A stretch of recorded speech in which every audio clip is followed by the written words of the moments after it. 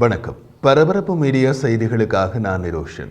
சிரியாவின் அலிப்போ நகரம் சிரிய மற்றும் ஈரானிய இராணுவத்தின் கட்டுப்பாட்டில் இருந்தபோது அதை தாக்கி நகரத்தை கைப்பற்றியது இஸ்லாமிய இயக்கங்களின் குழு. அந்த தாக்குதலில் சிரிய மற்றும் ஈரானிய இராணுவ துருப்புகள் நூற்றுக்கணக்கில் கொல்லப்பட்டார்கள்.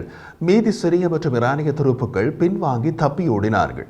தாம் இழந்த அலிப்போ நகரத்தில் தாக்குதல் நடத்தி இஸ்லாமிய இயக்கங்களிடமிருந்து நகரத்தை கைப்பற்ற தயார்படுத்தல்களை செய்வதாக சிரிய இராணுவம் கூறியது.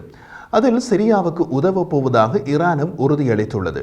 அதற்காக ஈரான் சிரியாவுக்கு மேலதிக படைகளை அனுப்பப் போவதாக ஈரானிய ஊடகங்கள் தகவல் வெளியிட்டுள்ளன. ஈரான் சிரியாவுக்கு படைகளை அனுப்பும் போது அத்துடன் ஹெஸ்போல்லாவுக்கு ஆயுதங்களை கடத்த வேண்டாம் என்று IDF எச்சரித்துள்ளது. ஈரானிய இஸ்லாமிய குடியரசு அதன் நட்பு நாடான சிரியாவின் ஜனாதிபதி பஷார் அல் அசாத்திற்கு வலுவூட்டல்களை அனுப்பும் போது சிரியாவில் இருந்து லெபனானில் உள்ள ஹெஸ்போல்லாவுக்கு ஈரானால் ஆயுதங்களை கடத்தாமல் இருப்பதை உறுதி செய்வதாக IDF கூறியுள்ளது. ஈரான் ஹெஸ்போல்லாவுக்கு ஆயுதங்களை கொடுக்கும் போது முதலில் ஆயுதங்களை சிரியாவுக்கு அனுப்பும், பின்பு அங்கிருந்து லெபனானில் உள்ள ஹெஸ்போல்லாவுக்கு கடத்தப்படுவது வழமை. சிரிய இராணுவத்துடன் இணைந்து போர் புரிய ஈரானிய படைகள் சிரியாவுக்கு அனுப்பப்படும் போது அந்த படைகள் போர் புரிய தேவையான ஆயுதங்களும் பெருமளவில் அனுப்பப்படும். அந்த ஆயுதங்களோடு ஆயுதங்களாக ஹெஸ்போல்லாவுக்கு கொடுக்கப்பட வேண்டிய ஆயுதங்களும் கலக்கப்பட்டிருக்கலாம். ஈரான் கடந்த காலத்தில் சிரியாவுக்கு மனிதாபிமான பொருட்களை அனுப்பிய போது அவற்றுடன் ஹெஸ்போல்லாவுக்கான ஆயுதங்களையும் கலந்து அனுப்பியது. ஸ்கை நியூஸ் அரேபியாவிடம் பேசிய இஸ்ரேலிய பாதுகாப்பு படைகளின் செய்தி தொடர்பாளர் ரியர் அட்மிரல் டானியல் ஹஹாரி சிரியாவில் நடந்த நிகழ்வுகளை IDF உன்னிப்பாக கவனித்து வருவதாகவும் அசாத்தின் ஆட்சியை வலுப்படுத்த டெஹ்ரான் படைகளை அனுப்புவதை அவதானித்ததாகவும் கூறினார்.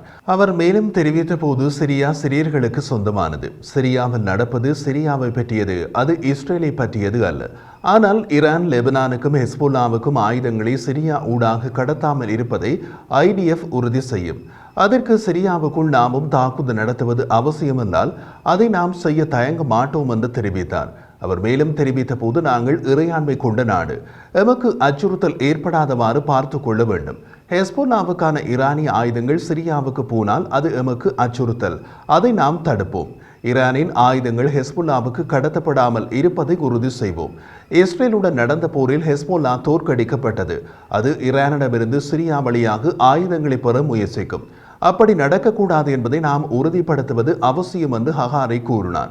அவர்கள் அதை செய்ய முயற்சித்தால் நாங்கள் எமது பாணியில் செயற்படுவோம் என்று அவர் மேலும் கூறினார்.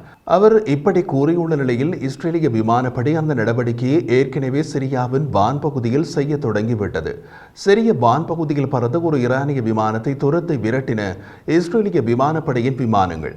ஹெஸ்போல்லா இயக்கத்திற்கு ஆயுதங்களை கொண்டு செல்வதாக சந்தேகிக்கப்பட்ட ஈரானிய விமானம் ஒன்று இரவில் சிரியாவின் வான் பகுதியில் பறந்து கொண்டிருந்த போது இஸ்ரேலிய விமானப்படை விமானங்களால் விரட்டப்பட்டதாக கூறப்படுகிறது.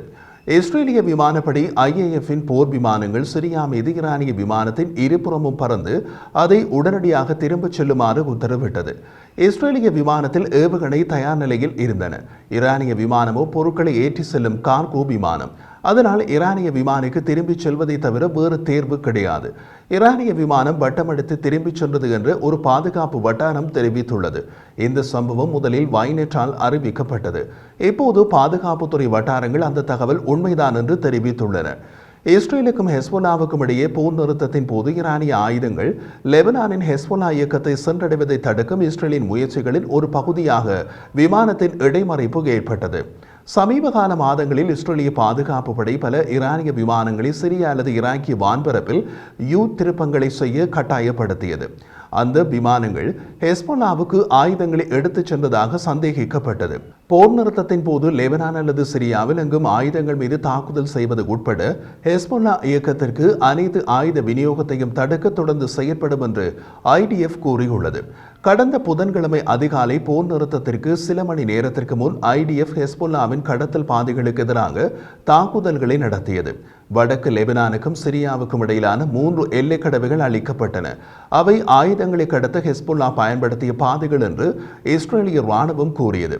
எல்லைக்கடவுகளை சரி செய்வதற்கு நேரம் எடுக்கும் என்று IDF மதிப்பிட்டது. அந்த நேரத்தில் ஹெஸ்போல்லா ஆயுதங்களை கொண்டு வருவதற்கு வரையறுக்கப்பட்ட வழிகளை கொண்டிருக்கும். அதை இஸ்ரேல் எளிதாக கண்காணிக்கும். போர் நிறுத்தத்தின் பின் கடந்த சனிக்கிழமை இஸ்ரேலிய விமானப்படை IAFின் போர் விமானங்கள் லெபனான் எல்லை கடப்புகளுக்கு அருகே சிரியாவில் ஒரு உள்கட்டமைப்பை தாக்கின. அந்த உள்கட்டமைப்பு ஆயுதங்களை கடத்துவதற்கு ஹெஸ்போல்லாவால் தீவிரமாக பயன்படுத்தப்படுகிறது என்று IDF கூறியது. IDF-இன் கூற்றுப்படி சமீபகால ஆண்டுகளில் ஆயிரக்கணக்கான ட்ரக்கள் மற்றும் நூற்றுக்கணக்கான விமானங்கள், ஏவுகணைகள் மற்றும் ஹெஸ்போல்லாவுக்கான பிற கூறுகளை ஏற்றிக்கொண்டு ஈரானில் இருந்து சிரியாவுக்கு சென்றுள்ளன. பின்னர் அந்த ஆயுதங்கள் லெபனானுக்கு தரைமார்க்கமாக பயணித்துள்ளன. 2013ஆம் ஆண்டின் தொடக்கத்தில் ஹெஸ்போல்லாவுக்கான ஆயுத போக்குவரத்துகள் மீது இஸ்ரேலிய தாக்குதல்கள் பற்றிய அறிக்கைகள் வெளிவரத் தொடங்கின. சிரியாவில் நடக்கும் உள்நாட்டு போரின் மறைவை பயன்படுத்தி அவை ஈரானில் இருந்து அனுப்பப்பட்டன. இஸ்ரேல் அதிகாரப்பூர்வமாக வாய்மூடி மௌனமாக இருந்தது. ஆனால் திடீரென ஈரான் மற்றும் ஹெஸ்போல்லா தொடர்பான இலக்குகள் தாக்கப்பட்டன. இஸ்ரேலுடனான சிரியாவின் எல்லைக்கு அருகில் ஈரான் காலூன்றுவதை தடுக்கும் நோக்கில் நீண்டகால விமான தாக்குதலை சமீப வருடங்களில் இஸ்ரேலிய விமானப்படை செய்துள்ளது. இப்போது சிரியாவின் அலிப்போ நகரம் சிரிய மற்றும் ஈரானிய இராணுவத்தால் இழக்கப்பட்ட பின் ஈரான் மேலதிக துருப்புக்களை சிரியாவுக்கு அனுப்ப வேண்டும். அவர்கள் விமானங்களில் அனுப்பப்படும் போது அந்த விமானங்களுக்குள்ளே ஆயுதங்களும் இருக்கலாம். அதனால் ஈரானிய துருப்புக்களுடன் செல்லும் விமானங்களும் சிரியாவின் வான் பகுதியில் வைத்து துரத்தப்படலாம். இஸ்ரேல் ஏற்கனவே ஹெஸ்போல்லாவை மறுசீரமைப்பதற்கான முயற்சிகளுக்கு எதிராக செயல்பட்டு வருகிறது. தீவிரமான இஸ்ரேலிய தாக்குதலில் ஹெஸ்போல்லாவின் மனிதவளம் மற்றும் ஆயுத களஞ்சியத்தில் கடுமையான பின்னடைவை சந்தித்தது. இஸ்ரேலுக்கும் ஈரானிய ஆதரவு ஹெஸ்போல்லாவுக்கும் இடையே போர் நிறுத்தம் கடந்த வாரம் அமலுக்கு வந்த நிலையில் சிரியாவில் இஸ்லாமிய இயக்கங்களின் தாக்குதல் தொடங்கியுள்ளது. அலிப்போ நகரம் இஸ்லாமிய இயக்கங்களால் கைப்பற்றப்பட்ட பின்னர் இராணுவ ஆலோசகர்களை சிரியாவில் வைத்திருக்க திட்டமிட்டுள்ளதாக ஈரான் நேற்று திங்கட்கிழமை கூறியது. இராணுவ ஆலோசகர்கள் என்று ஈரான் கூறுவது அதன் இராணுவ துருப்புக்களை குறிக்கிறது. 2011இல் சிரியாவின் உள்நாட்டு போர் வெடித்ததில் இருந்து ஹெஸ்போல்லாவுடன் சேர்ந்து அசாத்தை ஆதரித்த ஈரான் டமாஸ்கஸின் அழைப்பின் பேரில் மட்டுமே சிரியாவில் இராணுவ ஆலோசகர்களை அங்கு அனுப்பியுள்ளதாக கூறுகிறது. ஈரானிய வெளியுறவு அமைச்சின் செய்தி தொடர்பாளர் இஸ்மாயில் பகாய் நேற்று டெஹ்ரானில் நடந்த செய்தியாளர் கூட்டத்தில் கூறிய போது, எங்கள் இராணுவ ஆலோசகர்கள் சிரியாவில் இருந்தனர், அவர்கள் இன்னமும் இருக்கிறார்கள் மற்றும் சிரிய அரசாங்கத்தின் விருப்பத்திற்கு ஏற்ப அங்கு மேலதிகமாகவும் அனுப்பப்படுவார்கள் என்று தெரிவித்தார். சிரியாவில் உள்ள அலிப்போ நகரில் இஸ்லாமிய இயக்கத்தினரின் மின்னல் வேக தாக்குதலை அடுத்து ஈரான் சிரியாவில் தனது படைகளை அதிகரிக்குமா என்ற கேள்விக்கு பகாய் பதிலளிக்க மறுத்துவிட்டார். ஈரானின் வெளியுறவு அமைச்சர் அப்பாஸ் அராக்சி சிரிய ஜனாதிபதிக்கு ஆதரவை காட்ட டமாஸ்கஸில் அசாத்தை சந்தித்து ஒரு நாள் கழித்து இந்த கருத்துக்கள் வந்துள்ளன.